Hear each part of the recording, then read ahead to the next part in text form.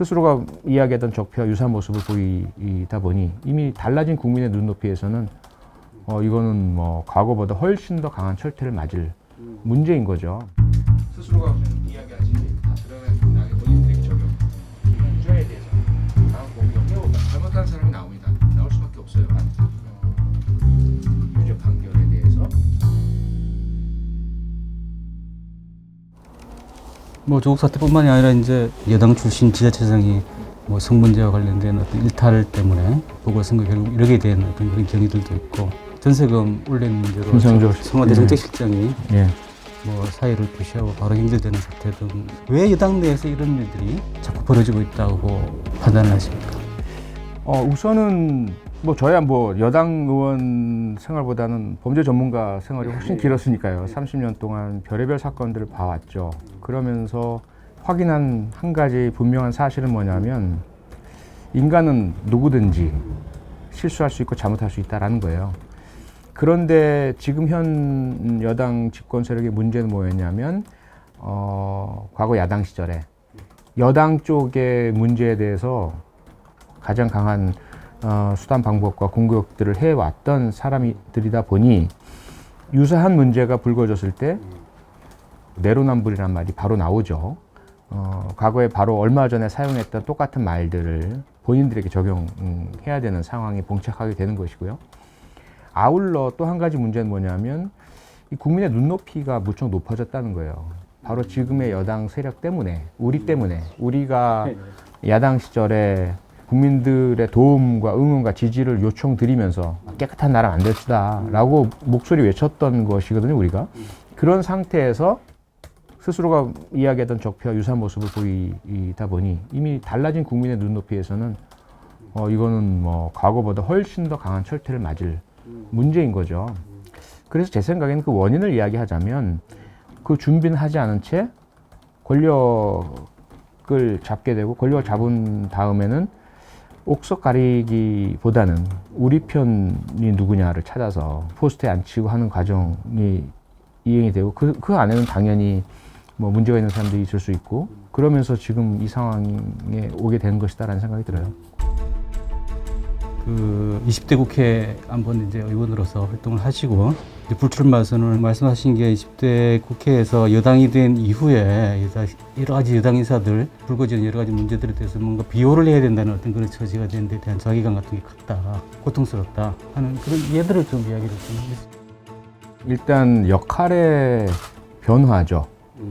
야당으로 시작을 해서 야당 국회의원으로서 국민을 위해서 고위공직자를 검증하는 세금 탈루 문제라든지 부동산 문제, 재산 형성 과정에서의 문제, 자녀 교육 관련된 문제, 아무래도 일반 국민의 눈높이에서 벗어나는 그런 부분을 강하게 질타하고 했었는데 여당 의원으로서의 역할이 오히려 그 반대 역할을 해야 되다 보니까 뭐 사람이 약점이 없는 사람은 없잖아요. 특히 대한민국 사회에서 그런 60, 70년대 거치면서 지나온 대부분 5, 60대에 달하는 고위공직자들 같은 경우 그런 문제들이 있을 텐데 같은 문제 또는 유사한 문제, 비슷한 문제에 대해서 다른 역할을 제가 담당하고 있는 것 자체가 이제 자괴감이 들었고 우리 뭐 특정인이라든지 특정 사례 한두 가지 때문은 아니었습니다. 그걸 제가 뭐 사례를 든다는 것도 적절치 않은 것 같고요. 사회적으로 이슈가 된 게 여러 가지가 있겠습니다만은 제일 대표적으로 이야기할 수 있는 게 이제 조국 전 장관 관련된 사안일 것 같긴 한데 이 사안에 대해서는 어떻게 반응을 하시나요?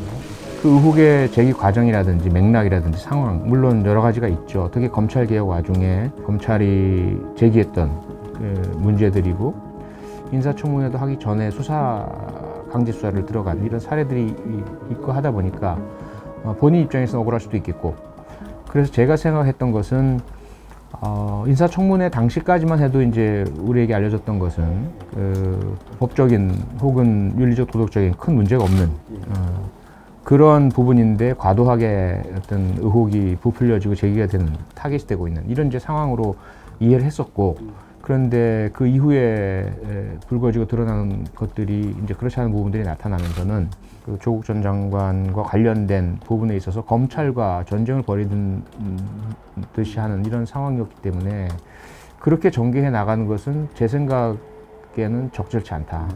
이건 사적인 문제로 스스로가 개인적으로 법적인 그런 그 공방을 통해서 해명하고 풀어내고 다 해소가 된다면 그때 이제 다시 명예 회복이나 또는 공직 복귀나 하는 것이 옳은 방법이었다고 저는 생각을 하는 거죠. 근데 그렇지 않은 방향으로 전개가 되는 바람에 시민들도 갈려서 서로 극단적으로 싸우는 이런 양상이 전개된 것이 무척 안타깝고 또 그 중에 한 부분이 또 제가 그 역할을 맡았다라는 그런 부분에 있어서 많은 반성도 하고 이 조국 사태가 좀 결정적인 영향을 끼쳤다는 뭐 결과적으로는 그렇죠. 뭐 그것 때문만은 아니었지만 더 이상은 내가 정치를 하는 것이 적절치 않다라는 판단을 내리게 된 그 계기가 된 사건이었다고 봐야죠. 문재인 정부가 촛불혁명으로 사실 탄생한 정부인데 탄핵했던 전 정부와 뭐가 다르냐 이런 이야기가 있었고 자꾸 늘어나고 있는 듯한 느낌이 드는데 이 비판이 온당하다고 생각하신가요? 어떤가요? 뭐 엄밀히 얘기하자면 온당하다고 보기는 어렵죠. 워낙 이전 정부가 저지른 국정농단의 범죄는 비교도 할 수 없죠. 하지만 그러한 그 권력 행위에 대해서 우리는 안 그럴 것이다. 우리는 공정할 것이다. 라는 그런 약속을 하면서 집권을 한 세력이다 보니 그 약속을 어기고 특히 검찰 개혁이라는 명분은 당연히 있지만 그 과정을 보다 보면 위반이 보인다든지 그리고 검찰 전체를 이렇게 악으로 공격한다든지 하는 그 과정 전체가 과연 이게 여러분이 이야기하던 공정인가, 여러분이 얘기하던 정의인가라는 그런 이제 비판을 불러일으킬 만한 요소들과 여지들이 있는 거죠. 비난이라는 지적은 과하지만 그래도 받아들이는 입장에서는 감당할 수밖에 없는 그렇죠. 거다는 말씀이시죠. 우리가 자초한 거죠. 우리 스스로가. 지금 현재 흔히 우리가 생각하기에 보수 정당이라고 말하는 그 정치 세력의 큰 문제점이 뭐라고 볼 수 있는지 뭐 한두 가지만 꼽아서 한번 설명을 좀 해주시겠습니까? 보수는 근간이죠. 어떤 사회든지 이 보수가 제대로 서 있지 않으면 나라의 중심이 흔들리는 것이나 다름없죠. 그런데 대한민국 보수 정치가 그런 대한민국 주류로서 근간으로서의 당당함을 갖추고 있는가, 그게 가장 큰 문제라고 생각을 해요. 과거에 독재 권력이 이 힘으로 구축한 세력, 그리고 재벌과의 그런 유착을 통해서 확보한 사회 곳곳에 손이 뻗쳐지는 그 금력, 이 두 가지로 이제까지 지탱해 온 것이 아니냐. 무능하고 부패하고 문제가 많아도 저 사람들 빨갱이야 라는 한마디로 국민 다수는 보수에게 지지를 해줬고 그 긴 세월 동안 너무 오랫동안 많이 썩었던 것 같아요.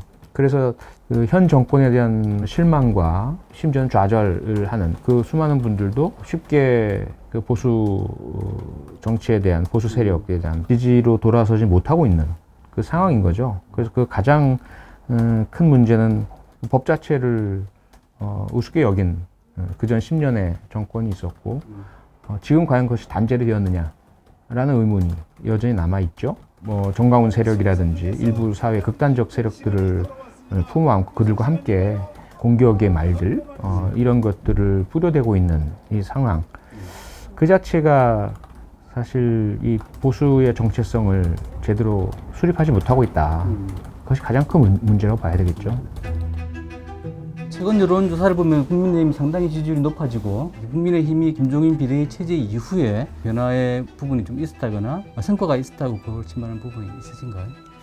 김종인 비대위 역할이 대단히 컸죠. 가장 큰 것은 아무래도 광주에 가서 무릎 꿇고 사죄하면서 특히 이제 전두환 정권으로부터 이어져 내려온 그러한 잘못을 뉘우치고 반성하고 인정하면서 끊어내는 그 모습을 보여준 게 가장 컸다고 생각을 하고요. 아울러 박근혜 전 대통령, 이명박 전 대통령 두 전 대통령의 유죄 판결에 대해서 역시 유감 사과 표명을 하면서 기나긴 세월 동안 쌓여왔던 그런 당당하지 못한 보수의 가치를 제대로 지켜내지 못한 부분에 있어서 과거와의 단절을 시도했거든요. 그게 어떤 효과를 나타내냐면 국민의 다수가 심정적 보수입니다. 그럴 수밖에 없죠. 급격한 변화는 사실 받아들이고 좋아하는 사람은 소수에 불과할 수밖에 없기 때문에 어느 사회나 여기에 덧붙여서 대한민국은 분단 국가고 북한이라는 엄연한 적이 존재하고 있는 상황 하에서 보수가 조금만 잘하면 국민 다수는 당연히 보수를 지지할 준비가 되어 있어요. 물론 그렇다고 해서 그것이 항구적으로 장기적으로 지지할 수 있는 여건을 마련해 줬냐? 그건 아니죠, 당연히. 종북, 뭐 빨갱이, 이 메카시즘 부르짖는 사람이 여전히 있어요.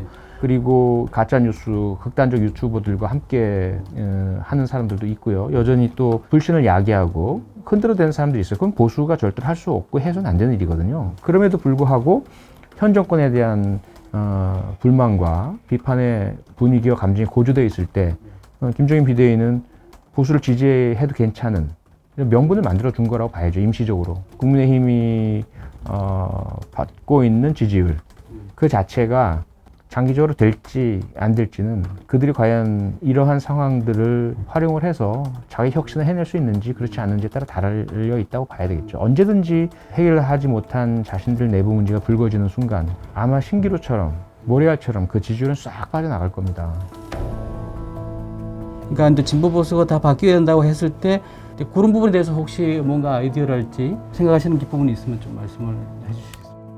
무엇보다도 그 정당 운영과 선거에 있어서의 공정성을 보다 더 높이는 방향으로 그래서 지금의 국민들로부터 제대로 된 존경을 받을 수 없는 분들이 다선 지역 권력을 계속해서 유지해 나가는 이 상황은 막아야 되겠죠.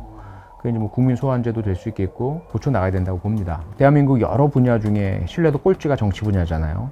그런데 이것을 고치지 않는 이유는 고치지 않고 놔뒀을 때 이익을 보는 사람들이 정치 기득권 세력들이고 오랜 동안 계속 여당이 되든 야당이 되든 이들은 현재 상황이 바뀌길 원하지 않아요.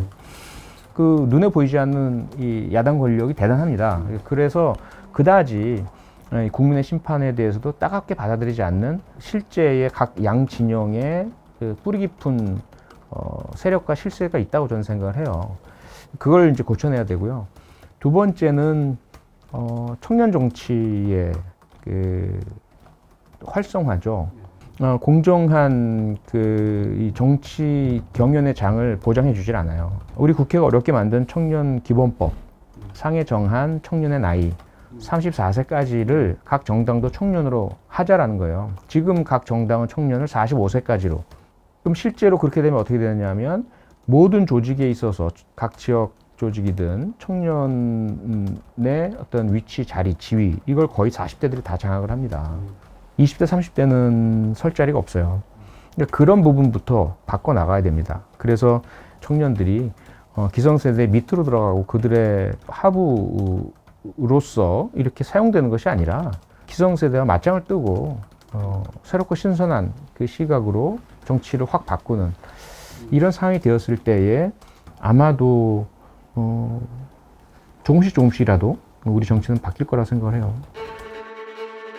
무한 갈등, 무한 다툼만 벌이는 정치를 보면서 정치에 대한 불신도 굉장히 높아지고 있는 부분입니다.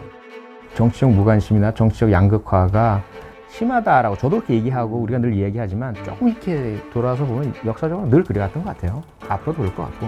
다만 그렇다고 해서 그냥 놔두면 안 되는 거죠. 조금이라도 더 나은 세상이 돼야 될 테니까요. 제가 이제 이 책을 쓴 이유이기도 하고 이 책의 제목이기도 한 거죠. 게으른 정의.